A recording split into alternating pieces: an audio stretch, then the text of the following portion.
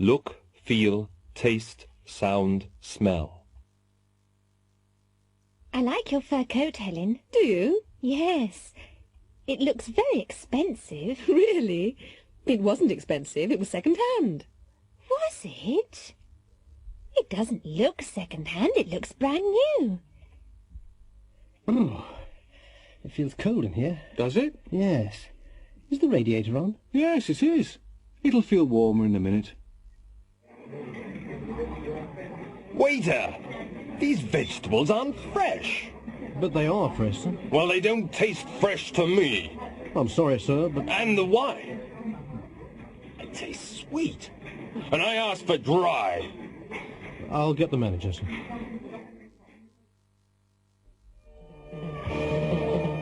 Listen to my new hi-fi, John.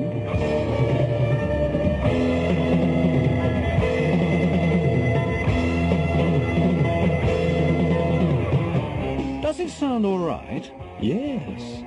Sounds fine to me. I think the bass is too loud. No. Sounds perfect. It sounds better than mine. Have you changed your perfume? Yes. Why, do you like it? Yes. It smells terrific.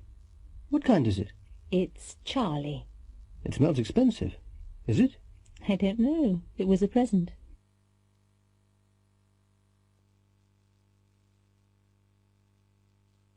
A science fiction story.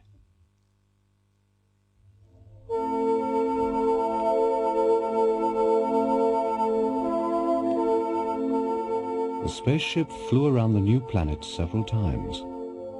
The planet was blue and green. They couldn't see the surface of the planet because there were too many white clouds. The spaceship descended slowly through the clouds and landed in the middle of a green forest. The two astronauts put on their spacesuits, opened the door, climbed carefully down the ladder, and stepped onto the planet. The woman looked at a small control unit on her arm. "It's all right," she said to the man. "We can breathe the air. It's a mixture of oxygen and nitrogen." Both of them took off their helmets and breathed deeply. They looked at everything carefully. All the plants and animals looked new and strange. They couldn't find any intelligent life. After several hours, they returned to their spaceship. Everything looked normal. The man switched on the controls, but nothing happened. "Something's wrong," he said. "I don't understand. The engines aren't working." He switched on the computer, but that didn't work either. "Eve," he said, "we're stuck here. We can't take off." "Don't worry, Adam," she replied. "They'll rescue us soon."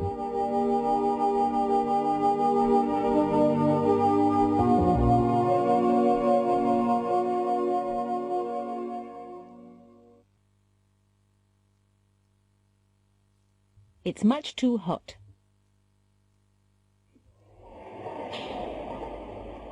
Come on, Susan, hurry up. Drink your coffee.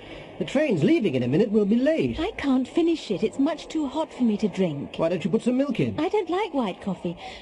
Oh, okay. There.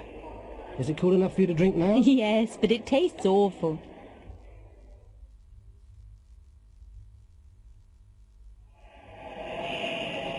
Oh, there's the train. Bring the cases. Ooh! What have you got in these cases? Only clothes. Why? Are they heavy? Yes, they are. Oh, the taxi driver managed to carry them. Well, they're too heavy for me to carry. Well, I'm not strong enough to help you. Porter?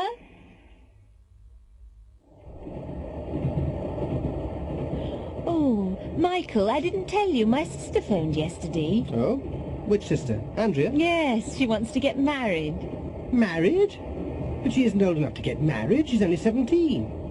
Who's she going to marry? Basil Caraway. Basil Caraway? I don't believe it. He's much too old for her. He's over 60. I know, but she loves him.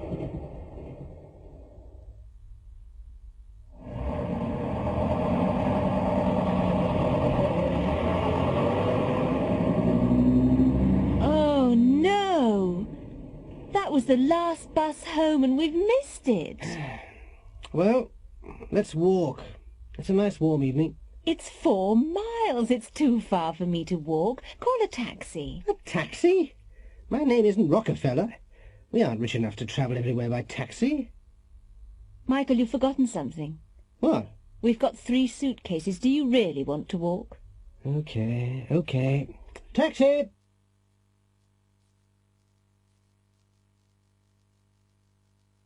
A phone call.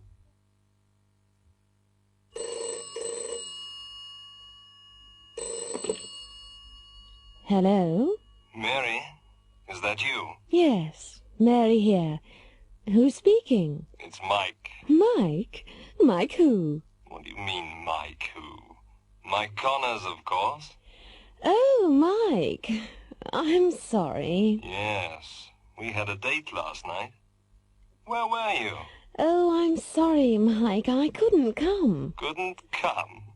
Why couldn't you come? Well, I had to wash my hair. Wash your hair?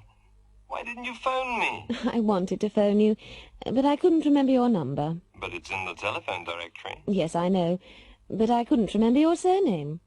Oh. But why did you have to wash your hair last night? Well, I had to do it last night because I'm going to the opera tonight. The opera? Who with? George Johnson, my boss's son. I see. He asked me yesterday. I didn't want to go, but I couldn't say no.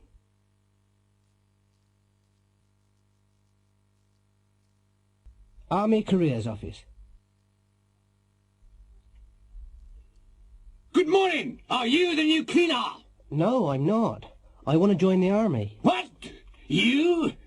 In the army? Yes, I want to be a soldier. This is the Army Careers Office, isn't it? Well, yes. Sit down, sir. Thanks. Now, why do you want to be a soldier, Mr. Briggs. Tommy Briggs. Well, I saw the ad on television last night and it looked nice. Holidays, money, girls, pension, travel. I see. Yes, it's a good life in the army. It's a man's life. Ah. Now, have you got any questions? Yes. Will I have to get a haircut? A haircut? Oh, yes, you'll have to get a haircut and wear a uniform. A uniform? Oh, yes, and you'll have to obey orders. But you won't have to clean the toilets, you know. I've never had to clean the toilets. What about the work? Will I have to work hard? Oh, yes, you'll have to work hard. But all the girls like a man in uniform, you know. And what about promotion? Oh, yes, there are a lot of opportunities. Perhaps you'll be a general one day. OK, I'd like to join. Yes, sir. Just sign your name here. There you are. Tommy Briggs. Briggs! Hey? Shut up! Stand up straight! Now, quick, march! Left, right, left, right, left, right, left, right, left, right, left, right.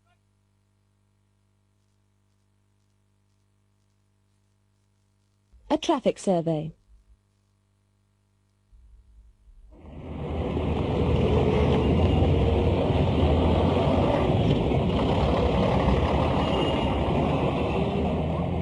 The city of Oxford has got a traffic problem. It's an old town and the streets are narrow. There are too many cars and not enough parking spaces in the city centre. The planning department wanted to change the traffic system, and so they conducted a traffic survey. They asked a lot of people these 5 questions. 1. How old are you? 2. Can you drive? 3. How long have you been able to drive? 4. Where do you live? 5. How do you come to town? Here are some of the results. Mr. Brown's 58. He learned to drive when he was 18. He's been able to drive for 40 years. He lives in the country, 20 miles from Oxford. He always comes into town by car. Mary McIntosh is 20. She's had a lot of driving lessons. She's taken the driving test 3 times, but she hasn't been able to pass the test yet. She lives near the city centre, and she usually walks to work. Bob Brewer's 25. He's been able to drive for 2 years, but he hasn't got a car. He hasn't been able to save enough money. He lives in a village outside Oxford. He comes into Oxford by train. Mr. and Mrs. Wilson are both over 65.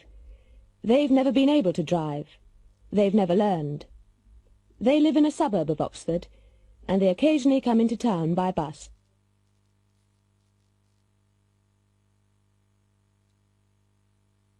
Australia House. Now, Mr. Jones, why do you want to go to Australia? Well, I'm really thinking about my children. You see, there aren't many opportunities here. I lost my job last year and I haven't been able to find another one. Will I be able to find a job in Australia? What do you do? I'm an electrician. Ah, you'll be able to find a job easily. What about accommodation? Will I be able to find a house? Well, that is a problem, but there are hostels for new immigrants. And what about my children? You'll be able to find a good school in Australia. Now, why do you want to emigrate to Australia, Mrs. Baxter? It's Miss Baxter. Oh, I'm very sorry. That's all right. Well, you see, I've never been able to find the right man in England. Well, Miss Baxter, I can't promise anything, but there are a lot of men in Australia. Will I be able to find a tall, dark, handsome man there? Ah, Miss Baxter, this is Australia House, not a marriage bureau. Come in, take a seat. Mr. Cook, isn't it? That's right. Why do you want to go to Australia, Mr. Cook? I don't. I just want to leave England. Pardon? What qualifications have you got? Qualifications? Oh, I've never been able to pass any exams. Well, what will you be able to do in Australia? How will you earn a living? I don't know. But I won't be able to work very hard. I've got a bad back.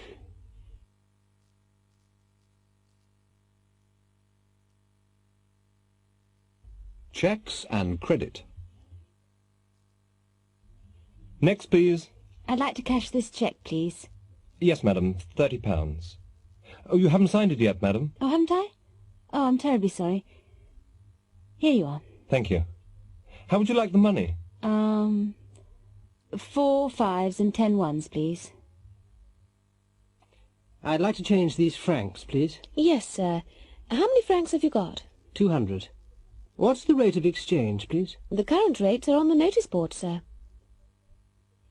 I'd like to buy this, but I haven't got enough cash with me. Do you take traveller's checks? Certainly, sir. Good. How much is that? It's £30. What's the exchange rate? Oh, I'm not sure, sir. I'll go and check. Good morning. Can I help you?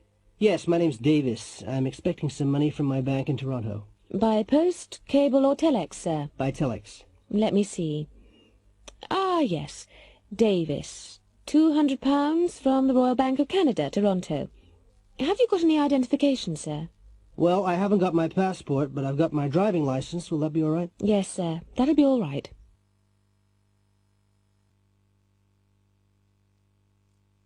A holiday in Egypt. I looked through this brochure last night, and I'd like to book the summer holiday in Egypt. Yes, sir. The Hotel Cleopatra? That's right. How far is it from the hotel to the beach? About a 2-minute walk. Good. How hot is it in Egypt in July? About 28 degrees centigrade. And that's the Great Pyramid, Mr. Harris. Oh, yes. It looks very high. It's about 137 meters high. How long are the sides? They're 230 meters long. It's incredible. How old is it? It's nearly 4,500 years old. We're going through the Suez Canal now. It doesn't look very wide. How wide is it? About 60 meters. And it's 162 kilometers long. Really? This is a big ship. How deep is the canal? The average depth is about 10 meters, but they're going to make it deeper. Hello there, Mr. Harris. Are you coming on the excursion to Cairo today? Oh, yes. How far is it? It's about 150 kilometers. Good. How long will it take to get there? Only 3 hours.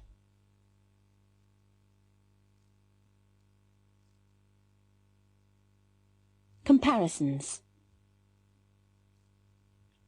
Mr. and Mrs. Kent are old-age pensioners. They go to the shops every Saturday. They have to walk up a very steep hill between their house and the shops. They both walk slowly. Mr. Kent always has to wait for his wife at the top of the hill, because Mrs. Kent walks more slowly than Mr. Kent. Diana and Margaret work in the same office. They're both good typists because they type carefully. Diana never makes a mistake, and Margaret rarely makes a mistake. Diana types more carefully than Margaret. Some drivers occasionally have accidents, but Alan and David are very careless drivers. Alan has already had 2 accidents this year, and David has had a lot. David drives even more carelessly than Alan. Both Carlos and Miguel are good students. They speak English well, but Miguel has spent a year in England, so he speaks English better than Carlos. Tyneside United and Humber Rovers are both near the bottom of the 4th Division. The football season has nearly finished, and Tyneside have won only 1 match. They've played very badly. Humber Rovers haven't won a match yet, and they haven't scored a goal. Humber have played even worse than Tyneside. Tony and Jim work for a construction company. They're very hard workers. They work about 12 hours a day. Tony often works at weekends. He earns more money than Jim because he works harder than Jim.